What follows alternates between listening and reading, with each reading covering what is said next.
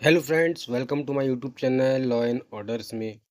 Friends, यदि अभी तक आप लोगों ने मेरे चैनल को सब्सक्राइब नहीं किया है तो सब्सक्राइब कर लीजिए, मेरी वीडियो को शेयर भी करिए और डिस्क्रिप्शन में मैंने अपनी वीडियोस के लिंक भी दिए हुए हैं, तो वहां से भी जाकर के आप मेरी वीडियोस को देख सकते हैं। आज मैं आप सबके लिए बहुत ही महत्वपूर्ण वीडियो लेकर आया हूँ। मानिए बॉम्बे हाई कोर्ट का एक बहुत ही महत्वपूर्ण फैसला। तो आइए चलते हैं वीडियो पर। महिला का चरित्र और नैतिकता यौन साझेदारों की संख्या से संबंधित नहीं, उसकी ना का मतलब ना ही होता है। मानी Bombay high court. Honourable Bombay high court ने बुधवार को कहा कि महिला का चरित्र या नैतिकता उसके यौन साझेदारों की संख्या से संबंधित नहीं है। साथ ही इस बात पर जोर दिया कि महिला द्वारा ना का मतलब ना ही होता है। इसके अलावा महिला की तथाकथित अनैतिक गतिविधियों के आधार पर सहमति का अनुमान नहीं लगाया जा सकता। माने जस्टिस नितिन सूर्यवंशी और जस्टिस एम.डब्ल्यू. चांदवानी की खंडपीठ ने कड़े शब्दों में लिखे आदेश में 3 लोगों को, वसीम खान, कादिर शेख और एक किशोर को एक महिला के साथ सामूहिक बलात्कार करने के मामले में दोषी ठहराए जाने को बरकरार रखा, जिसका पहले एक आरोपी के साथ अंतरंग संबंध था, लेकिन बाद में वह दूसरे व्यक्ति के साथ लिव इन रिलेशनशिप में रहने लगी थी। आरोपियों ने सेशन कोर्ट के आदेश को चुनौती दी थी, जिसमें उन्हें आईपीसी की धारा 376 डी सामूहिक बलात्कार सहित विभिन्न अपराधों के लिए दोषी ठहराया गया था। माननीय न्यायालय की खंडपीठ ने कहा कि दोषियों ने पीड़िता की नैतिकता पर सवाल उठाने का प्रयास किया, जो अपने अलग हुए पति को तलाक दिए बिना दिनेश के साथ लिव इन रिलेशनशिप में रह रही थी। खंडपीठ ने कहा कि वसीम ने पीड़िता से क्रॉस एग्जामिनेशन करते हुए यह तथ्य दर्ज कराने की कोशिश की कि वह उसके साथ रोमांटिक रूप से जुड़ी हुई थी। हालांकि जब इस रिश्ते ने उसके पारिवारिक जीवन को प्रभावित किया, चूंकि वह शादीशुदा है, तो वह दिनेश के साथ रहने चली गई। माननीय न्यायालय की खंडपीठ ने आगे कहा कि इसमें कोई संदेह नहीं है कि पीड़िता एक अलग हुई पत्नी है। अपने पति से तलाक लिए बिना वह दिनेश के साथ रह रही थी। यहाँ तक कि उसके साक्ष्य से भी यह सामग्री उसके क्रॉस एग्जामिनेशन में लाई गई थी, जिससे यह पता चलता है कि दिनेश के साथ लिव इन रिलेशनशिप में रहने से पहले उसका वसीम के साथ अंतरंग संबंध था, जबकि उसकी पिछली शादी कायम थी। फिर भी कोई व्यक्ति किसी महिला को उसकी सहमति के बिना उसके साथ संभोग करने के लिए मजबूर नहीं कर सकता। खंडपीठ ने इस बात पर जोर देते हुए कहा कि किसी महिला का बलपूर्वक, भय या धोखे से उसकी सहमति के बिना बलात्कार करना। खंडपीठ ने आगे कहा कि यौन हिंसा कानून को कमजोर करती है। इस तरह गैर कानूनी तरीके से महिला की निजता का अतिक्रमण करती है। बलात्कार को केवल यौन अपराध नहीं माना जा सकता, बल्कि इसे आक्रामकता से जुड़े अपराध के रूप में देखा जाना चाहिए, जो पीड़िता के वर्चस्व की ओर ले जाता है। जजों ने कहा कि यह उसकी निजता के अधिकार का उल्लंघन है। माननीय न्यायालय की खंडपीठ ने रेखांकित किया, बलात्कार समाज में सबसे नैतिक और शारीरिक रूप से निंदनीय अपराध है, क्योंकि यह पीड़ित के शरीर, विवेक और निजता पर हमला है। बलात्कार एक महिला को वस्तु बनाता है, इस तरह उसके जीवन की जड़ को हिला देता है। एक तरफ यौन संभोग एक महिला सहित प्रतिभागियों को आनंद देता है, लेकिन अगर यह महिला की सहमति के बिना किया जाता है, तो यह उसके शरीर, दिमाग और निजता पर हमला है। माननीय न्यायालय ने आगे कहा कि एक महिला जो ना कहती है, उसका मतलब ना ही होता है। इसमें कोई और अस्पष्टता नहीं है। किसी महिला की तथाकथित अनैतिक गतिविधियों के आधार पर सहमति का कोई अनुमान नहीं लगाया जा सकता।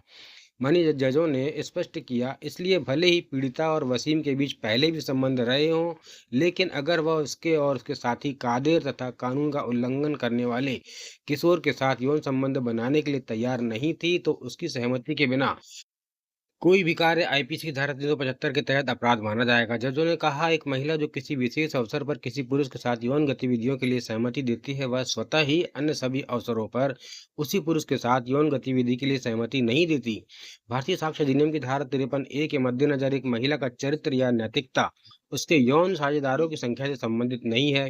अंतरंगता यदि कोई हो, वसीम को दोष मुक्त नहीं करेगी। अधिक से अधिक यह सजा पर विचार करते समय प्रासंगिक होगी। इन टिप्पणियों के साथ माननीय न्यायालयीय खंडपीठ ने सामूहिक बलात्कार के आरोपों के तहत तीनों की सजा बरकरार रखी। हालांकि सजा के बिंदु पर पीठ ने कहा कि ट्रायल कोर्ट ने उन्हें उनके शेष जीवन के लिए कठोर कारावास की सजा सुनाई थी। खंडपीठ ने कहा, हम इस तथ्य से अवगत हैं कि बलात्कार जघन्य अपराध है, सामूहिक बलात्कार से कम, और यह समाज के कमजोर वर्ग यानी महिला के खिलाफ अपराध है। इसलिए ऐसे अपराध के अपराधी से सख्ती से निपटा जाना चाहिए। बलात्कार के मामले में सजा का निर्धारण अपराध की क्रूरता, अपराधी के आचरण और पीड़िता की असहाय और असुरक्षित स्थिति पर निर्भर करता है। जजों ने कहा कि वसीम को दिनेश के साथ रह रही पीड़िता से ईर्ष्या थी और वह केवल यह सुनिश्चित करना चाहता था कि वह केवल दिनेश के साथ ही शारीरिक रूप से जुड़ी रहे और किसी और के साथ नहीं। मनी जजों ने आदेश दिया, यह भी रिकॉर्ड में है कि वसीम और कादिर ने घटना के दौरान पीड़िता को कोई गंभीर चोट नहीं पहुंचाई। उपरोक्त तथ्यों और इस तथ्य को ध्यान में रखते हुए कि वसीम की एक बेटी भी है जिसे अपने पिता की जरूरत है, और यह कि जेल प्राधिकरण द्वारा दुर्व्यवहार या क्रूरता की कोई घटना दर्ज नहीं की गई, हम वसीम और कादिर की कैद को उनके शेष प्राकृतिक जीवन के कारावास से घटाकर 20 साल के कठोर कारावास में बदलने का प्रस्ताव करते हैं। अभियोजन पक्ष के अनुसार पीड़िता अपने पति से अलग शब्बीर शेख नामक व्यक्ति के साथ किराए के कमरे में रह रही थी। 5 नवंबर 2014 को वसीम, कादिर और एक किशोर तथा मकसूद शेख शब्बीर का भाई किराए के घर में घुस आए और पीड़िता को उनके साथ संबंध बनाने के लिए मजबूर किया तथा दिनेश के साथ उसके संबंधों पर भी आपत्ति जताई। जब दिनेश और पीड़िता ने इसका विरोध किया तो उन्होंने उन दोनों के साथ मारपीट की। उसी समय पीड़िता और दिनेश के सामान्य मित्रों में से एक राकेश मौके पर पहुंचा, उसके साथ भी मारपीट की गई। इसके बाद सभी आरोपियों ने दिनेश, राकेश और पीड़िता को शराब पिलाई और सिगरेट पी और फिर राकेश और पीड़िता को अपने कपड़े उतारने के लिए मजबूर किया। इसके बाद उन्होंने पीड़िता और राकेश की आपत्तिजनक स्थिति में तस्वीरें और वीडियो खींचे। इसके तुरंत बाद राकेश मौके से भाग गया। इसके बाद आरोपियों ने दिनेश के सिर पर लोहे की रॉड जैसी कुंद वस्तुओं से हमला किया और दोनों यानी दिनेश और पीड़ित को पास के रेलवे स्टेशन पर ले गए और दिनेश को पटरियों पर धकेलने की कोशिश की ताकि उसे ट्रेन से कुचल दिया जाए। हालांकि नशे की हालत में होने के बावजूद दिनेश मौके से भागने में कामयाब रहा। इसके बाद आरोपी पीड़िता को, जो शराब के नशे में थी, पास के जंगल छोटा शेगांव और ताड़ोबा के बीच ले गए, जहां उनमें से 3 वसीम, कादिर और किशोर अपराधी ने एक एक करके पीड़िता के साथ बलात्कार किया। अगली सुबह तक उन्हें पता चला कि पुलिस उन्हें खोज रही है, इसलिए उन्होंने पीड़िता को जंगल में छोड़ दिया और मौके से भाग गए। अपील को आंशिक रूप से स्वीकार करते हुए खंडपीठ ने कहा कि अभियोजन पक्ष ने बिना किसी उचित संदेह के पूरी कहानी साबित कर दी है। वसीम और कादिर की आईपीसी की धारा 376 डी सामूहिक बलात्कार के तहत दोष सिद्धि बरकरार रखी।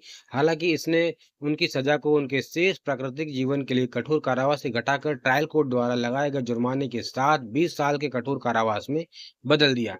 इसने भारतीय दंड संहिता की धारा 307 हत्या का प्रयास के तहत अपराध के लिए वसीम और कादिर पर लगाए गए 20 साल के कठोर कारावास को भी घटाकर 10 साल जेल कर दिया।